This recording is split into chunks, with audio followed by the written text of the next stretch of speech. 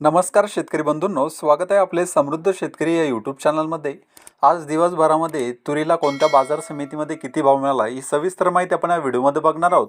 तर या व्हिडिओ आपण शेवटपर्यंत बघावा। बाजार समिती देवणी आवकाली 33 क्विंटलची, किमान दर आहे 8,000 रुपये, कमाल दर आहे 8,160 रुपये, सर्वसाधारण दर आहे 8,080 रुपये।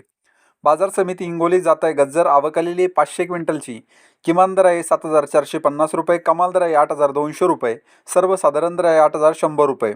बाजार समिती मुरुम जात आहे गज्जर आवकालेली 138 क्विंटलची, किमान दर आहे 7,300 रुपये, कमाल दर आहे 8,081 रुपये, सर्वसाधारण दर आहे 8,081 रुपये।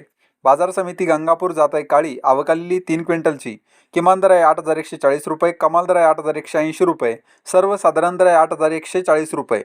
बाजार समिती लातूर जात आहे लाल आवकालेली 2,321 क्विंटलची, किमान दर आहे 8,000 रुपये, कमाल दर आहे 8,237 रुपये, सर्वसाधारण दर आहे 8,100 रुपये।